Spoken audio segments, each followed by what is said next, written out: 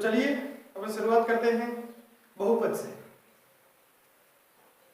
बहुपद में अपने को देखना है कि रेखिक बहुपद किसे कहेंगे, द्विघात बहुपद किसे कहेंगे, त्रिघात बहुपद किसे कहेंगे, और इसके अलावा अपने को देखना है कि शून्य किस प्रकार से निकालने हैं, शून्यकों का योगफल कैसे निकालना है, शून्यकों का गुणनफल कितना होता है, और इसके अलावा अपने को भाग देना है। ये चीजें इस चैप्टर के अंदर अपने को पढ़नी है। तो सबसे पहले देखते हैं कि बहुपद, अगर जिस बहुपद की घात एक होगी, जिस बहुपद की घात अधिकतम घात एक है तो उसको कहेंगे रेखिक बहुपद। जिसकी अधिकतम घात एक है उसको कहेंगे रेखिक बहुपद, और जिसकी घात दो है, अधिकतम घात दो है, उसको कहेंगे द्विघात बहुपद, और जिसकी अधिकतम घात तीन है उसको कहेंगे अपन त्रिघात बहुपद। और शून्यक कितने होंगे, तो शून्यक जितनी घातें हैं उतने शून्यक होंगे। रेखिक बहुपद में कितने शून्यक होते हैं, एक। द्विघात बहुपद में कितने शून्यक होंगे, दो। और त्रिघात बहुपद में कितने शून्यक होंगे, तीन। फिर से ध्यान रखना, जिसकी अधिकतम घात एक हो उसको रेखिक बहुपद कहेंगे, जिसकी अधिकतम घात दो हो उसको द्विघात बहुपद कहेंगे, और जिसकी अधिकतम घात तीन हो उसको त्रिघात बहुपद कहेंगे। रेखिक बहुपद के अंदर जो शून्यक है वो एक निकलेगा, द्विघात बहुपद में शून्यक दो निकलेंगे, और त्रिघात बहुपद के अंदर तीन शून्यक होते हैं। तो शून्यक निकाले कैसे जाते हैं, तो अपन देखते हैं कि शून्यक को किस प्रकार से निकालना है। जैसे मैं एक प्रश्न लिखता हूं इधर, एक अपने को याद ये भी रखना है कि द्विघात बहुपद किस प्रकार का होता है, क्योंकि अपने चैप्टर में द्विघात बहुपद के बारे में ही पढ़ना है। तो द्विघात बहुपद ax² plus bx plus c के प्रकार का होता है। एक द्विघात बहुपद ax² plus bx plus c के प्रकार का होता है, ये अपने को याद रखना है। जैसे द्विघात बहुपद दिया हुआ है और उसके शून्यक कैसे निकालेंगे और उनके शून्यकों की सत्यता की जांच कैसे करेंगे, आइए देखते हैं। जैसे प्रश्न लिखा हुआ है x² प्लस 4x प्लस 4। प्रश्न ये है, इसमें शून्यक निकालिए, शून्यक ज्ञात कीजिए व उसकी जांच कीजिए। तो अपने को शून्यक भी निकालने हैं और उनकी जांच भी करनी है कि वो शून्यक सही है अथवा नहीं है। तो सबसे पहले शून्यक निकालते हैं। शून्यक निकालने के लिए अपने को देखना है bx, इसके टुकड़े करने हैं, किसके बराबर, ac के बराबर। a और c इनके गुणनफल के बराबर इस b के टुकड़े करने हैं, यानी कि bx तेरे टुकड़े होंगे ac के बराबर। bx तेरे टुकड़े होंगे ac के बराबर। तो bx कितना है, देखिए 4x। bx कितना है अपने पास में 4x, और ac कितना हो रहा है, ac हो रहा है 4x²।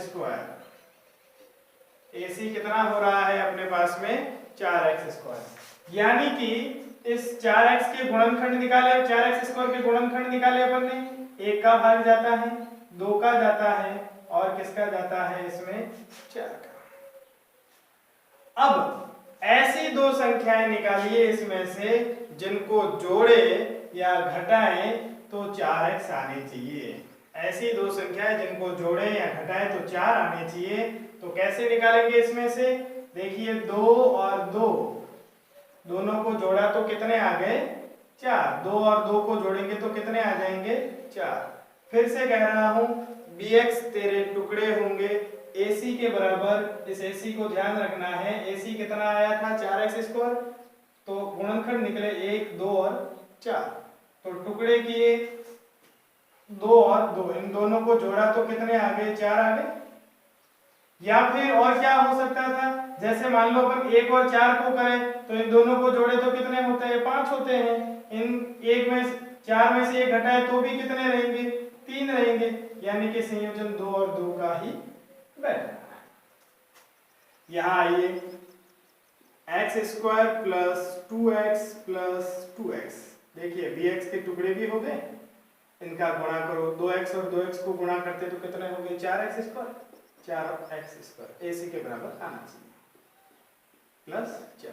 अब इसमें से सार्व लीजिए, सार्व क्या आ गया x, फिर ब्रैकेट में क्या रहेगा x प्लस 2।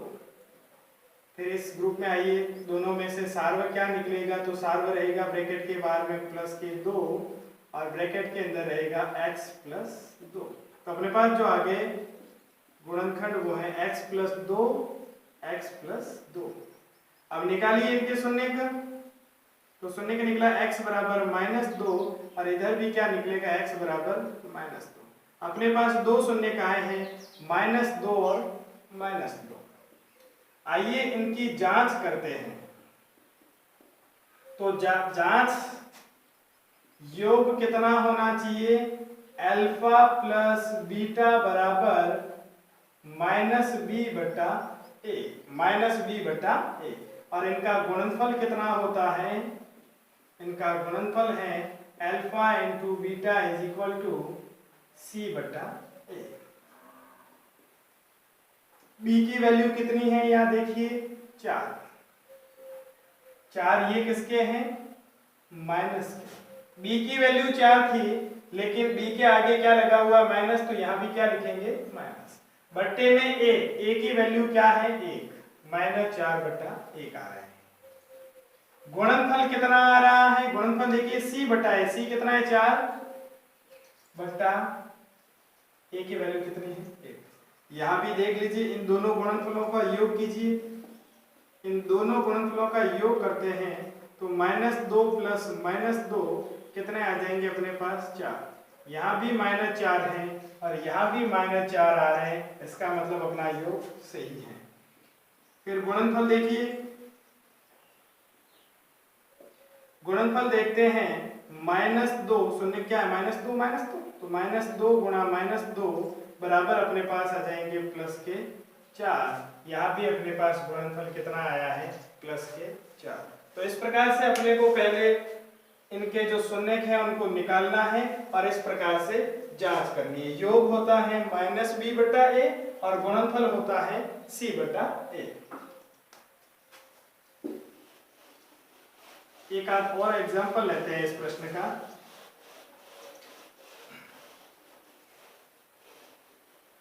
मान लो इसकी जगह पर प्रश्न दिया हुआ हो कि a बराबर 2 है, a बराबर 1 है, b की जो वैल्यू है वो 4 है और c की वैल्यू है वो 4 है। द्विघात बहुपद बनाइए, द्विघात बहुपद बनाना है अपने को। अगर इस प्रकार से आए कि a b c तुम्हारे पास दिया हुआ है, द्विघात बहुपद बनाइए तो किस प्रकार का होता है, इसमें सीधा सा लिखना है अपने को। a की वैल्यू 1 है, सीधा लिख दिया x² प्लस b की वैल्यू कितनी है 4 है, 4x और c की वैल्यू कितनी प्लस के 4। इस प्रकार से अगर सीधे दिए हुए हो तो इस प्रकार से अपने को द्विघात समीकरण बनाना है।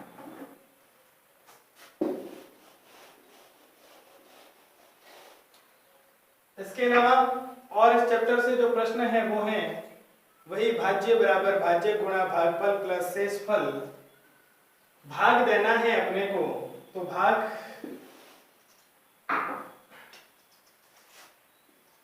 x³ minus 3x² plus 5x minus 3 और इसमें जो अपने भाग देना है वो x² माइनस 2 का। हमेशा ध्यान रखना आगे वाले पद में आगे वाले पद का भाग दिया जाएगा और आगे वाला पद बड़ी घात वाला ही होना चाहिए। पद अगर व्यवस्थित नहीं है तो उसको व्यवस्थित करना। यहाँ बड़ी घात आगे है, यहाँ भी बड़ी घात आगे है, तो अपन पहले वाले पद में पहले वाले पद का भाग देंगे, यानी x² का भाग x³ में देंगे तो कितनी बार जाएगा x बार। x को x³ से मल्टीप्लाई किया तो क्या आया x का क्यूब और x को -2 से मल्टीप्लाई किया तो क्या आ गया -2x। ध्यान रखना x वाली संख्या x के नीचे, x क्यूब के नीचे और x स्क्वायर वाली संख्या होती तो x स्क्वायर के नीचे रखते। x स्क्वायर वाली संख्या नहीं है तो उसको x स्क्वायर के नीचे नहीं रखेंगे।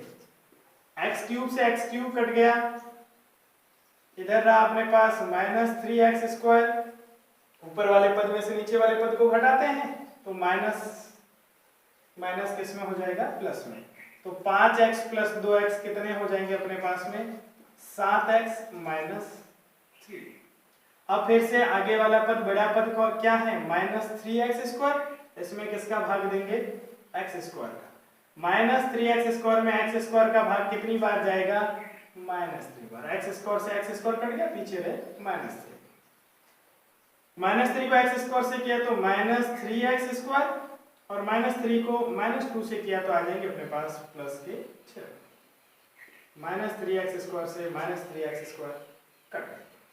और ऊपर वाली संख्या में से नीचे वाली संख्या घटानी है, इसका मतलब निशान बदल दो नीचे वाले का। क्या बचा अपने पास में, 7x और -3 -6, टोटल कितने हो जाएंगे, -9। अतः अगर अपन कहें कि इसका भागफल क्या है तो अपन लिखेंगे कि इसका भागफल है x माइनस 3 और इसका शेषफल क्या है, तो इसका शेषफल है 7x माइनस 9। 7x minus 9। तो इस प्रकार से इस बहुपद वाले चैप्टर को आसानी से अपन हल कर सकते हैं। वास्तविक संख्याओं में क्या प्रश्न पढ़ने हैं अपने को, तो आइए कुछ चीजें देखते हैं। एक तो वास्तविक संख्या कहते किसे हैं, तो समस्त परिमेय और अपरिमेय संख्याओं का जो समूह है उसको वास्तविक संख्या कहा जाता है। उसके अलावा अपने को पढ़ना है कि a इंटू बी यानी कि किन्हीं दो संख्याओं का गुणनफल किया जाता है तो उन दोनों संख्याओं का अगर एलसीएम और एचसीएम का गुणा किया जाता है तो वो बराबर रहेंगे। एग्जाम्पल देख लेते हैं इसका। जैसे मैंने लिखा, दो संख्याएं हैं जिसमें से एक है 12 और दूसरी संख्या है 18। एक संख्या है 12 और दूसरी संख्या है 18। इन दोनों संख्याओं का एचसीएफ जो है वो 6 है। इन दोनों संख्याओं का एचसीएफ 6 है। एलसीएम ज्ञात कीजिए। प्रश्न कुछ इस प्रकार से होगा कि दो संख्याएं 12 और 18 जिनका एचसीएफ 6 है, एलसीएम ज्ञात कीजिए। तो अपन इस फॉर्मूले से करेंगे कि a into B is equal to LCM into HCM. अपने पास दोनों संख्याएं दी हुई है 12 गुणा 18 बराबर एलसीएम अपने को ज्ञात करना है और एचसीएफ दिया हुआ है 6। तो एलसीएम ज्ञात करने के लिए 6 का अपन पक्षांतरण करेंगे। 12 गुणा 18 बटा 6 बराबर एलसीएम, और 6 से 12 कट जाएंगे 2 बार यानी 18 गुणे 36। एलसीएम अपने पास आ जाएगा 36। तो अपने को इस फॉर्मूले को याद रखना है। इससे आगे जो जस्ट पढ़ना है अपने को वो है a is equal to b q plus r. भाज्य बराबर भाजक गुणा भागफल प्लस शेषफल। a is equal to b q plus r. a is equal to b q plus r, जहां पर r जो है वो 0 के बराबर या फिर 0 से बड़ा होगा। r जो है वो 0 के बराबर या फिर 0 से बड़ा होगा, और जो b है वो r से बड़ा होगा। b जो है वो किससे बड़ा होगा, r से बड़ा होगा।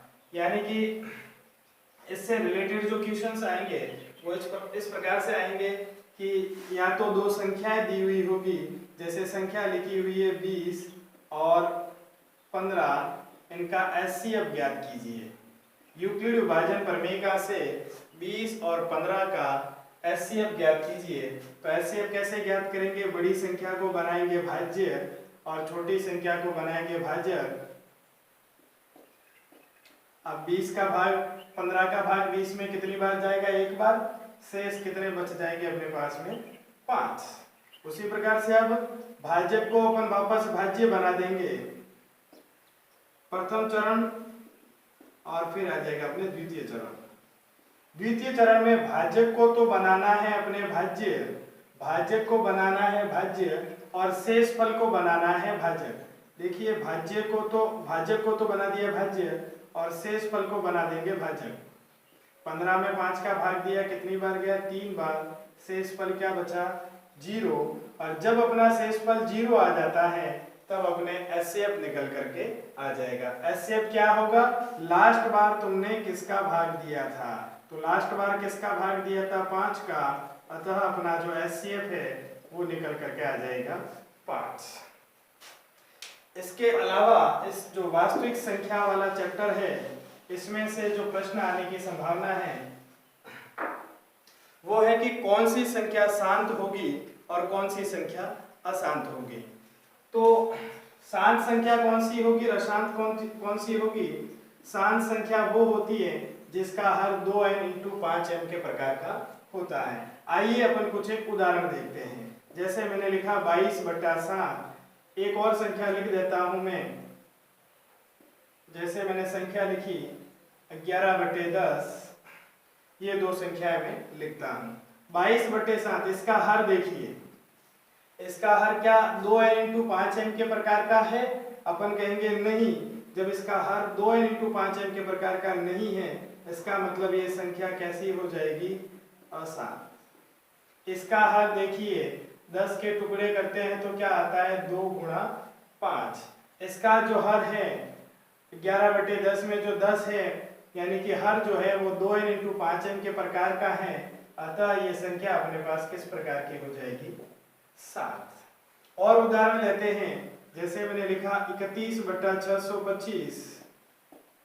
31/625 यानी कि इसके जब अपन इसके टुकड़े करेंगे, जब इसके अपन टुकड़े करेंगे तो आ जाएगा 5 की घात अपने पास निकल के आ जाएगी 4। 5 25 125 625। हाँ, 31/5 की घात 4। अब यहाँ हर देखिए 2n × 5m के प्रकार का है। अब अपन कहेंगे कि सर 2 तो इसमें नहीं आए, तो 2 आना जरूरी नहीं है, इसको अपन मान लेंगे 2 की घात 0। और ये हर जो है अपने पास में आ जाएगा। जब हर 2n × 5m के प्रकार का होगा तो वो संख्या अपने पास किस प्रकार की होगी? शांत प्रकार की। तो कौन सी संख्या शांत है और कौन सी संख्या अशांत है ये जानने के लिए अपने को हर देखने पड़ेंगे। इसके अलावा जो 2018 में भी एक प्रश्न आया था कि अभाज्य गुणनखंड के घातों का योग ज्ञात कीजिए। जैसे प्रश्न में लिखता हूं 98 के अभाज्य गुणनखंड करते हुए उनके घातों का योग बताइए। इसका मतलब इसमें अभाज्य गुणनखंड नहीं करने हैं, गुणनखंड करने के बाद उनके घातों का योग पूछा गया है। तो 98 के जब अपन अभाज्य गुणनखंड निकालेंगे तो 98 के अभाज्य गुणनखंड आ जाएंगे 2 × 7 49 और 7। 2 × 7 × 7। अब इसके अभाज्य गुणनखंड के घातों का योग देख लो क्या आएगा? 2 × 7 का स्क्वायर और घातों का योग देख लो, यहाँ 2 और 1 इसका टोटल कितने हो गए? 3। तो अपन लिखेंगे घातों का योग 1 + 2 = 3। यानी कि जब प्रश्न आए कि 98 के अभाज्य गुणनखंड निकालते हुए इनके घातों का योग बताइए, तो इनके घातों का योग, घातों को जोड़ देंगे, घातों का योग अपने पास में आ जाएगा। अभी इस पार्ट से जो मोस्ट इंपोर्टेंट जो क्वेश्चंस हैं उसको जब अपन देखते हैं तो वो है सिद्ध करना है अपने को। जैसे प्रश्न लिखा हुआ है 6 + √2 एक अपरिमेय संख्या है।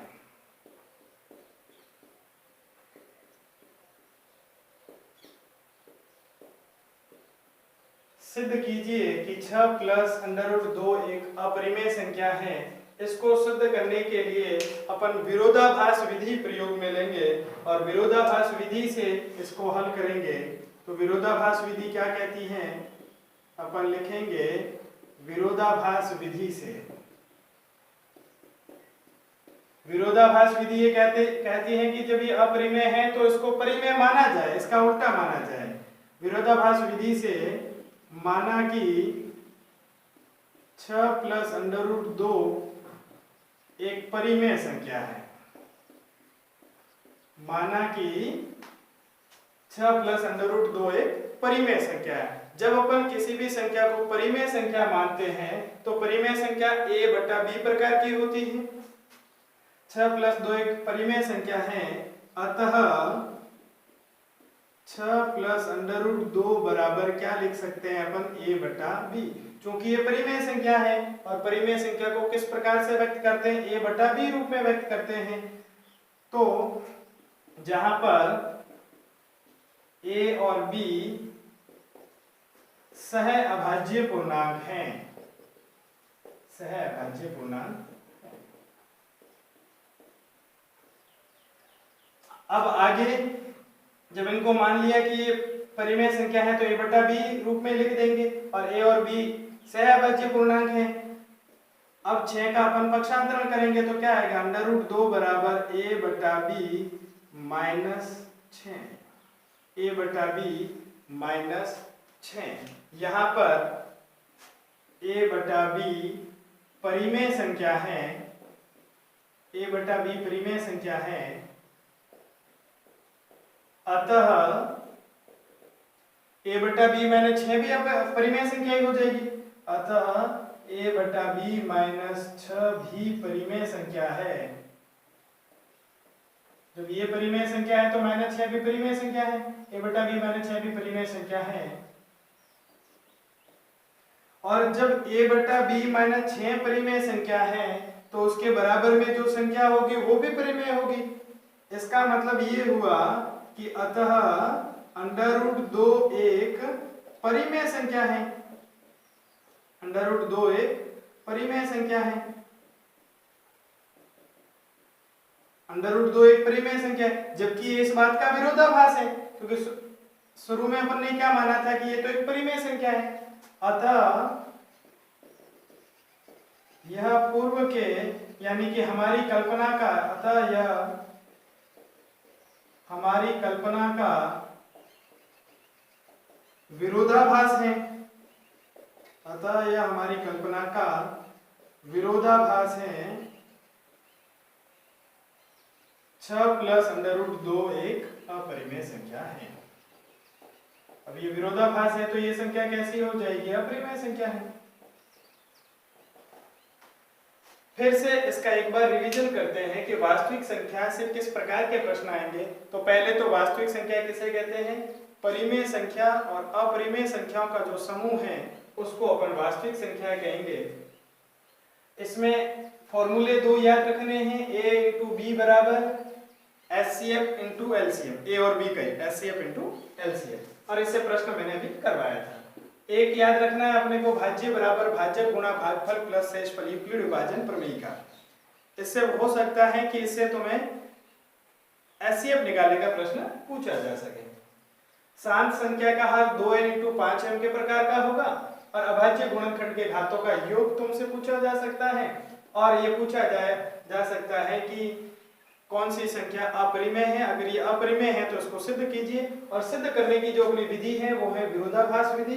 पहले उसको परिमेय मानेंगे, फिर अंत में जब बताएंगे कि ये परिमेय है, फिर अपन कहेंगे कि नहीं, हमारी परिकल्पना गलत थी, हमने विरोधाभास विधि से माना था, अतः हमारी जो वास्तविक चीज है वो अपरिमेय है। पहले विरोधाभास विधि से मानना है इसको कि परिमेय संख्या है, फिर इसको परिमेय रूप में ही मानेंगे और परिमेय रूप में जब पूरा करेंगे तो अंत में देखेंगे कि √2 भी परिमेय संख्या है। अतः ये हमारी परिकल्पना का क्या है, विरोधाभास है, क्योंकि √2 तो कैसी है, एक अपरिमेय संख्या है। तो कुल मिलाकर के इस प्रकार से अपने को सिद्ध करना है। तो अब हम शुरुआत करते हैं दो चरों वाले रेखिक समीकरण युग्म की। दो चरों वाले जो रेखिक समीकरण युग्म होंगे उसमें दो चर होंगे, चर संख्याएं दो होंगी। तो दो चरों वाले रेखिक समीकरण युग्म किस प्रकार के होंगे, a1x इसके साथ में b1y और c1 और बराबर 0। a2x plus b2y plus c2 बराबर 0। सबसे पहले देखते हैं कि इनको हल करने पर इनके हल की प्रकृति कैसी होती है और इनमें रेखाएं किस प्रकार की आएगी ग्राफीय विधि से हल करने पर। तो यदि a1 बटा a2 इज इक्वल b1 बटा b2 हो तो रेखाएं प्रतिच्छेद करेगी, और जब रेखाएं इस प्रकार से ग्राफ में प्रतिच्छेद करेगी तो हल एक ही होगा, यानी कि हल जो होगा वो अद्वितीय होगा, हल अद्वितीय होगा। इसके अलावा अपन देखते हैं कि अगर इस प्रकार से हो कि a1 बटा a2 is equal to b1 बटा b2 is equal to c1 बटा c2, यानी कि ये तीनों ही आपस में बराबर हो तो जो रेखाएं हैं वो संपाती होगी, रेखाएं संपाती होगी। संपाती से मतलब है जैसे एक रेखा AB ये जा रही है, दूसरी रेखा CD भी इसके ऊपर ही होगी, अतः हल कितने होंगे, पूरी रेखा पे सारे के सारे हल होंगे, तो हल अनेक होंगे, हल अनेक होंगे। एक है कि a1 बटा a2 b1 बटा b2 नॉट इक्वल c1 बटा c2। इस प्रकार की परिस्थिति हो तो जो रेखाएं हैं वो समानांतर होगी, रेखाएं समानांतर होगी, और जब रेखाएं इस प्रकार से समानांतर चलेगी, जैसे एक रेखा AB है उसके समानांतर CD चल रही है, तो क्या ये दोनों रेखाएं कभी इकट्ठी होगी? नहीं। और जब रेखाएं इकट्ठी नहीं होगी तो इसका कोई हल नहीं है, इसका कोई हल नहीं है। फिर से देखते हैं कि पहले बराबर हो तो उसका एक हल है, तीनों ही बराबर हो तब तो फिर अनेक हल है, यानी पहले भी बराबर बाद में भी बराबर, अनेक हल है। और अगर पहले बराबर हो बाद में बराबर नहीं है, बाद में बिगड़ जाए, उसका कोई हल नहीं है। तो तीनों परिस्थिति अपने को याद रखनी है कि a1 बटा a2 इक्वल b1 बटा b2 होगा तो रेखाएं प्रतिच्छेद करेगी, हल अद्वितीय होगा। a1 बटा a2 इक्वल b1 बटा b2 इक्वल c1 बटा c2 तो रेखाएं संपाती होगी, हल अनेक होंगे। a1 बटा a2 इक्वल b1 बटा b2 इक्वल c1 बटा c2 रेखाएं समानांतर होगी और इसका कोई हल नहीं होगा। जैसे मान लो दिया हुआ है 2x प्लस 3y प्लस 2 समीकरण बराबर 2, समीकरण इसको 1 मान लेते हैं। फिर दिया हुआ है 4x प्लस 6y बराबर 6, इसको मानते हैं समीकरण 2। ये रहेगा a1, ये रहेगा b1 और ये रहेगा c1, ये a2 b2 c2। अब इनकी आपस में तुलना कीजिए, a1 बटा a2 कितना आ रहा है अपने पास में 2 बटा 4, b1 बटा b2 कितना आ रहा है अपने पास 3 बटा 6, c1 बटा c2 कितना आ रहा है अपने पास 2 बटा 6। यहाँ देखिए 2 बटा 4 3 बटा 6, इन आपस में 2 से 4 कट रहे हैं तो क्या आ गया अपने पास 1 बटा 2। ये भी कट रहे हैं तो क्या आ गया 1 बटा 2, ये कट रहे हैं तो क्या आ जाएगा 1 बटा 3। देखिए 1 बटा 2 और 1 बटा 2 तो बराबर है, 1 बटा 2 और 1 बटा 2 तो बराबर है, लेकिन 1 बटा 2 और 1 बटा 3 बराबर नहीं है। यानी कि a1 बटा a2 इक्वल b1 बटा b2 तो है, a1 बटा a2 इक्वल b1 बटा b2 तो है, लेकिन नॉट इक्वल c1 बटा c2, b1 बटा b2 c1 बटा c2 के इक्वल नहीं है, फिर इसका कोई हल नहीं होगा। बस बात इतनी सी है। इसके अलावा एक और प्रश्न है, उस प्रश्न को अपन देखते हैं और फिर इस प्रश्नावली की जो विधियां हैं, ग्राफीय विधि है, इसके अलावा विलोपन विधि है, प्रतिस्थापन विधि है, इन तीनों ही विधियों से अपन इस प्रश्न के हल निकालने की कोशिश करें। तो अपन इस एक प्रश्न के माध्यम से बाकी जितनी भी विधियां हैं, विलोपन विधि है, प्रतिस्थापन विधि है और ग्राफीय विधि है, उन तीनों ही विधियों को हल करने की कोशिश करेंगे। तो सबसे पहले देखते हैं इस प्रश्न को कि 5 वर्ष पूर्व नूरी की आयु सोनू की 3 गुनी थी। तो पहले वर्तमान आयु मान लेते हैं कि माना कि नूरी की आयु x है। जब नूरी की आयु x मानी तो सोनू की आयु क्या मान लेंगे? सोनू की आयु अपन ने y मान लेंगे। माना कि नूरी की आयु x है तो सोनू की आयु क्या हो जाएगी? y। फिर कहता है कि 5 वर्ष पूर्व। अब देखिए 5 साल पहले नूरी की आयु कितनी होगी, वर्तमान में कितनी है? वर्तमान से 5 साल पीछे चले जाएंगे, 5 साल घटा देंगे तो वर्तमान में आयु x है, 5 साल पहले कितनी हो जाएगी? x minus 5। और सोनू की आयु कितनी है? तो इसकी सोनू की आयु हो जाएगी, वर्तमान में y है, 5 साल पहले कितनी हो जाएगी? y minus 5। अब देखिए 5 वर्ष पूर्व नूरी की जो आयु है वो सोनू की 3 गुना थी। इससे ये कितने गुना ज्यादा है? 3 गुना। ये भी 3 कर दो, दोनों बराबर हो जाएंगे। इसको हल कीजिए, x माइनस 5 बराबर 3y और 3 को 5 से किया तो माइनस के 15। 5 का पक्षांतरण कर लेते हैं तो x बराबर 3y, 5 इधर जाएंगे, किसमें बदलेंगे? प्लस में। तो माइनस 15 प्लस 5 कितने रह जाएंगे अपने पास में? माइनस के 10। ये अपने पास समीकरण नंबर 1 आ गया। और देखिए 10 वर्ष पश्चात, आज वर्तमान आयु कितनी है नूरी की? x साल है। 10 साल बाद नूरी की आयु कितनी हो जाएगी? तो 10 वर्ष पश्चात इसको देखिए, नूरी की आयु कितनी है? वर्तमान में x है तो 10 साल बाद कितनी हो जाएगी? x plus 10। नूरी की आयु, सोनू की आयु कितनी लिखेंगे अपन? y plus 10। इसको देखिए कि नूरी की जो आयु है सोनू की आयु की 2 गुनी, यानी कि नूरी की आयु कितनी है? 2 गुना ज्यादा है सोनू से। सोनू से 2 गुना ज्यादा है तो सोनू को भी 2 गुना कर दो, दोनों समीकरण बराबर हो जाएंगे। अपने पास रहेगा x प्लस 10 बराबर 2 को y से मल्टीप्लाई किया 2y और 2 को 10 से किया तो अपने पास आ जाएंगे 20।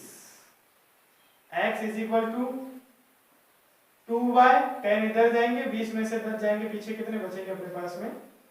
प्लस के 10। 10 इधर गए, 20 में से 10 घटा देंगे तो 10 बचेंगे। ये अब आ जाएगा अपने पास में समीकरण नंबर 2। सबसे पहले इसको अपन करने की कोशिश करते हैं कि विलोपन विधि से करते हैं, कि विलोपन विधि से इसको किया जाए। तो या फिर अपन प्रतिस्थापन विधि और एक विधि अपने पास ग्राफीय विधि, इन तीनों ही विधियों से करते हैं। तो देखते हैं है क्या क्या इनमें। विलोपन विधि से कैसे हल करेंगे? विलोपन विधि से जोड़कर या घटाकर किसी एक जो चर है उसको हटा दिया जाएगा। जैसे समीकरण 1 और समीकरण 2, देखिए इधर भी x है, इधर भी x है, तो समीकरण 1 में से समीकरण 2 घटा दो या समीकरण 2 में से समीकरण 1 घटा दो, या तो इसमें से इसको घटा दो या इसमें से इसको घटा दो। घटाने से क्या होगा? x में से x घट जाएगा, यानी कि विलोपित हो जाएगा। तो लिखते हैं अपन कि समीकरण 2 में से समीकरण 1 को घटाने पर, आइए घटाते हैं। समीकरण 2 कहता है x बराबर 2y प्लस 10, या फिर इसको व्यवस्थित पद में अगर अपन लिखना चाहें तो इसको लिखेंगे x माइनस 2y इक्वल 10, समीकरण नंबर 2। और इसको अगर लिखना चाहें सही तो अपन लिख लेंगे x और 3y इधर आएंगे तो माइनस 3y, ये इधर गए तो अपने पास कितने बचे? Minus equal minus 10। ठीक है, अब बेटर रहेगा तुम्हारे समझने के लिए भी। तो x समीकरण 2 लिखते हैं x माइनस 2y बराबर 10 और इसमें से घटाना है समीकरण 1, तो समीकरण 1 है x minus 3y equal minus 10।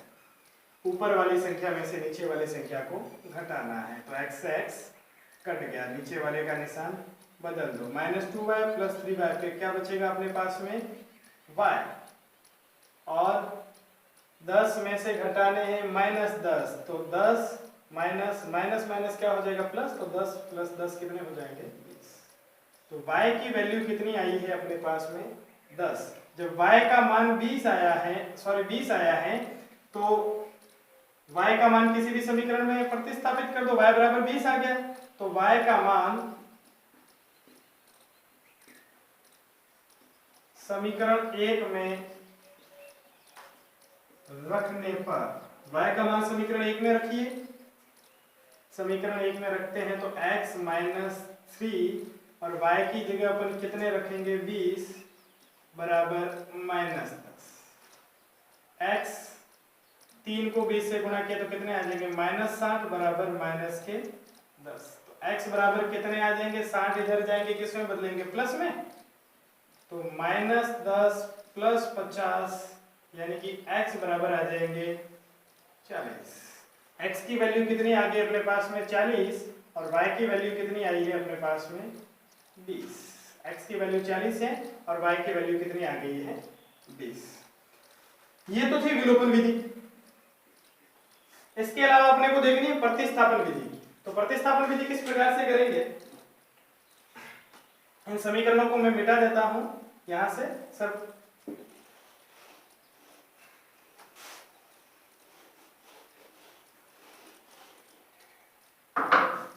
यही प्रश्न अगर प्रतिस्थापन विधि से करना हो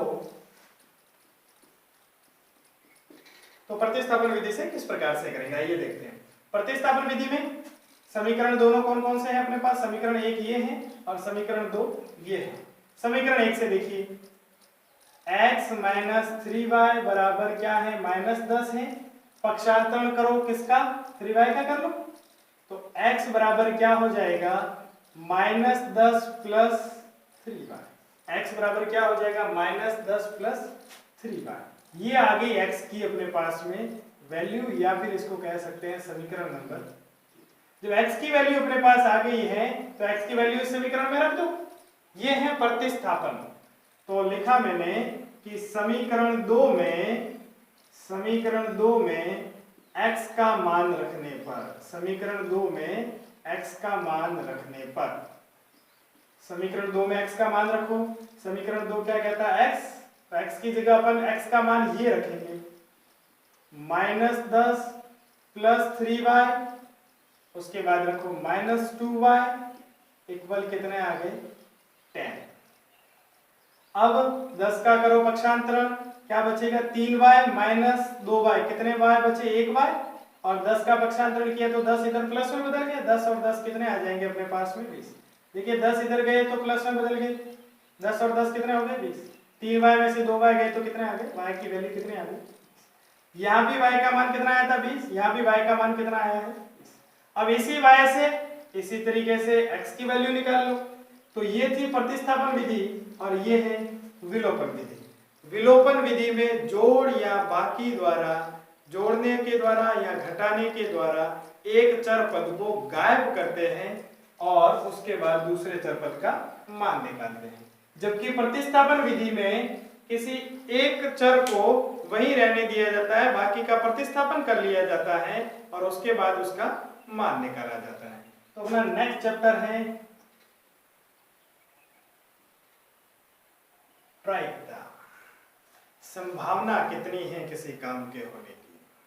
तो संभावना किस प्रकार से निकालते हैं, तो प्रायिकता निकालने के लिए अनुकूल परिणाम बटे कुल परिणाम, अनुकूल परिणाम बटे कुल परिणाम। प्रायिकता कैसे निकालेंगे अपन, अनुकूल परिणाम बटे कुल परिणाम। जैसे यहां से ताश के जो प्रश्न हैं वो ज्यादा आते हैं, तो ताश में कुल पत्ते कितने होते हैं, ताश के जो कुल पत्ते होते हैं वो होते हैं 52, लाल के कितने होते हैं? लाल के 26 होते हैं और काले रंग के कितने होते हैं? वो होते हैं 26। काले रंग के कितने होते हैं? काला रंग के 26 और लाल के कितने हो जाएंगे? 26। कुल कितने पत्ते होते हैं? 52। और इसमें जैसे चित्र वाले कितने होते हैं? तो प्रत्येक में चित्र वाले कितने होते हैं? बादशाह, बेगम और गुलाम। 3 चित्र वाले प्रत्येक में होते हैं, तो 4 में कितने हो जाएंगे? कुल चित्र वाले 12 चित्र वाले पत्ते होते हैं। पत्ते कहते हैं, हमको इस बारे में ज्यादा जानकारी होगी कि कितने पत्ते होते हैं, कितने नहीं होते, लेकिन फिर भी अपने को भी ध्यान रखना चाहिए क्योंकि प्रायिकता में प्रश्न लगभग हर साल ताश के पत्तों का ही आता है। कभी कभार ताश भी देख लेनी चाहिए। ये प्रायिकता वाली प्रश्नावली यही अपने को सबक सिखाती है। तो प्रश्न यहां से इस प्रकार से आएंगे, जैसे एक थैले में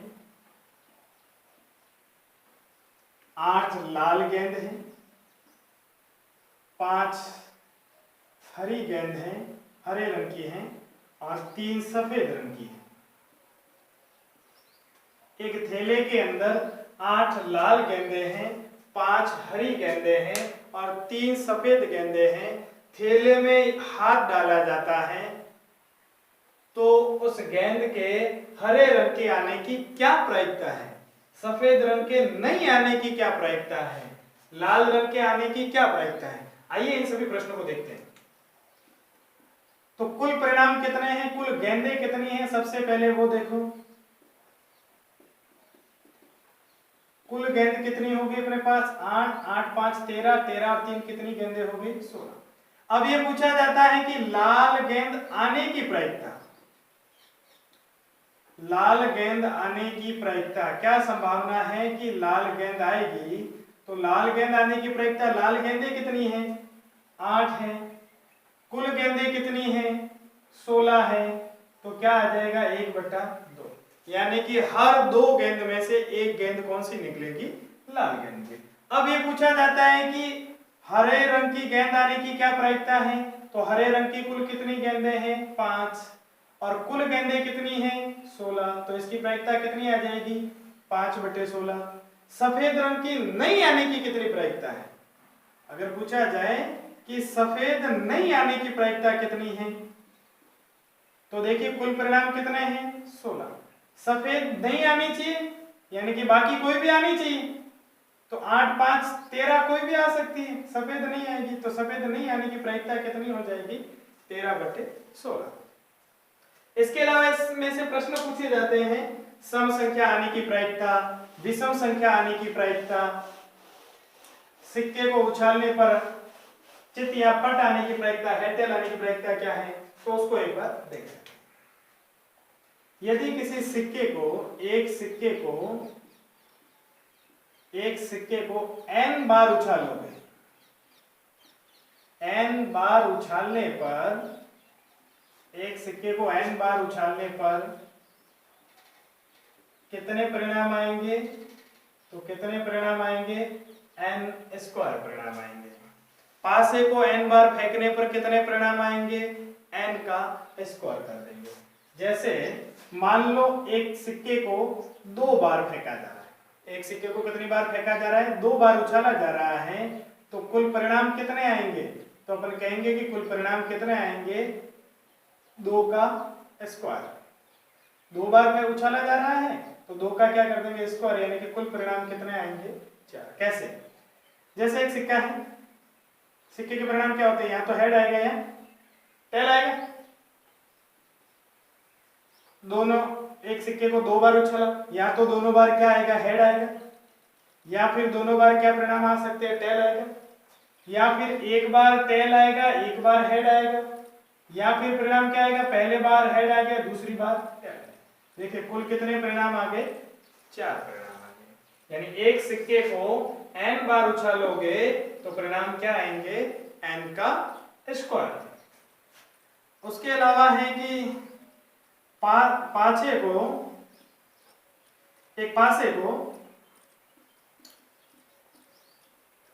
को उछालने पर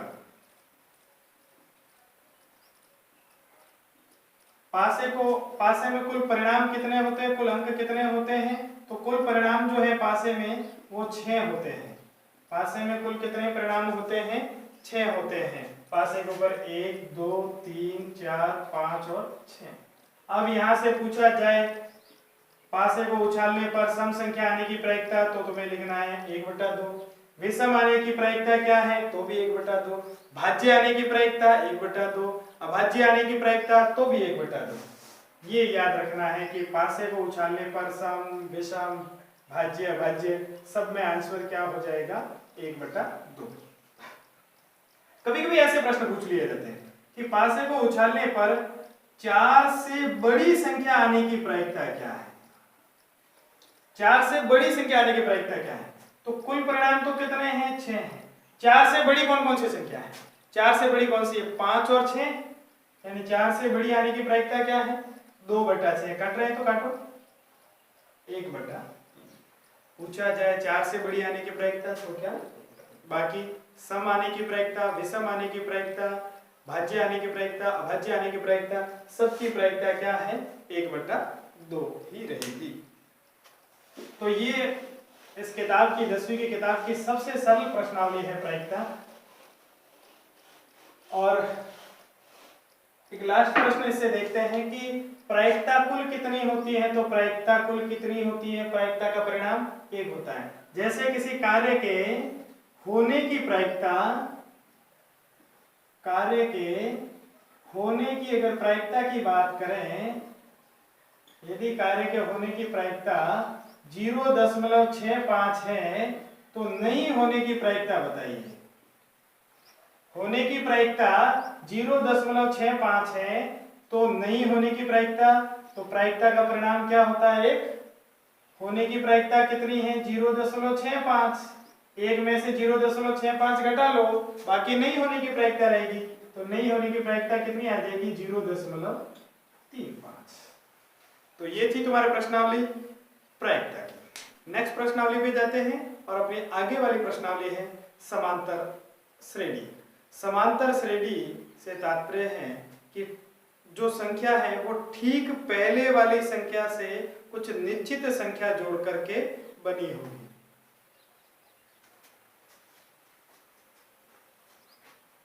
हम पढ़ते हैं समांतर श्रेणी के बारे में। समांतर श्रेणी अपने जो संख्या आएगी इसमें वो अपने से ठीक पहले वाली संख्या में एक निश्चित संख्या जोड़ने पर प्राप्त होती है। जैसे समांतर श्रेणी का जो व्यापक रूप अगर अपन देखने जाएंगे तो इसका जो व्यापक रूप इस प्रकार से होगा: a plus D, a plus 2d, a plus 3d, इस प्रकार से इसका व्यापक रूप होगा। a क्या है समांतर श्रेणी में? तो a अपना प्रथम पद है, प्रथम पद को a कहेंगे। d क्या है? d यहां अपने रहेगा सार्वअंतर, d रहेगा अपने सार्वअंतर। इसके अलावा अपने को देखना है an। जैसे कोई समांतर श्रेणी दी हुई है, जैसे मैं लिखता हूं 2 5 8, इसका 12वां पद कौन सा होगा? तो कोई सा भी पद ज्ञात करना है तो an ज्ञात करेंगे और an का फॉर्मूला हो जाएगा a plus n minus 1 d। जैसे प्रश्न देखते हैं अपन, मैंने अभी लिखा था 2 5 8 का 12वां पद, 2 5 8 का 12वां पद। तो अपन देखते हैं कि an इज इक्वल टू, यहाँ देखिए a कितना है अपने पास में? 2 है। d कितना है? 5 में से 2 गए, पीछे कितने बचे? 3 बचे। तो a की जगह अपन कितने रखेंगे? 2 प्लस n 12वां पद ज्ञात करना है, 12 माइनस 1, और d कितना आ जाएगा? इनके बीच में कितना गैप है? 3 का अंतर। तो a12 is equal to 2 plus 12 में से 1 गए, पीछे कितने बचे? 11। 11 को 3 से गुणा किया तो कितने आए? 35। तो 12वां पद कितना हो जाएगा? 35। लंबी दूरी अपने को गिन गिन के करने की जरूरत नहीं है, अपन डायरेक्ट संख्या को निकाल सकते हैं कि 12वां पद कौन सा हो जाएगा अपने पास में? 35। इसी प्रकार से जैसे यही पद हो और कहा जाए कि 2, 5, 8, ये 12वां पद तक का इनका योग कितना होगा, अगर इनको जोड़ा जाए जैसे 2 + 5 7, 7 + 8, अगर इस प्रकार से जोड़ते जाएं तो इसका योग क्या होगा, तो Sn = होता है n/2 कोष्टक 2a + n - 1 d। जैसे 12वां पद निकालना होता तो कैसे निकालते, 12वां निकालना है 12/2 2, a की वैल्यू कितनी है अपने पास, इधर 2 है, 2 × 2 प्लस कौन सा निकालना 12वां पद, 12 - 1 और d कितना है 3। 12 में 2 का भाग कितनी बार गया, 6 बार, 2 दूनी 4 प्लस ये कितने बच रहे थे अपने पास में 33। तो S12 = 33 और 4 कितने हो जाएंगे 37, और इनका जब अपन गुणा करेंगे तो आएंगे 42 के 2 हासिल के 4, 6 × 18, 18 और 4 कितने हो जाएंगे 22, 2 2 2। इस प्रकार से अपन कह सकते हैं कि 2, 5, 8 इनका 12 पदों तक का योग कितना हो जाएगा 222। तो समांतर श्रेणी के प्रश्नों को इस प्रकार से हल करना है।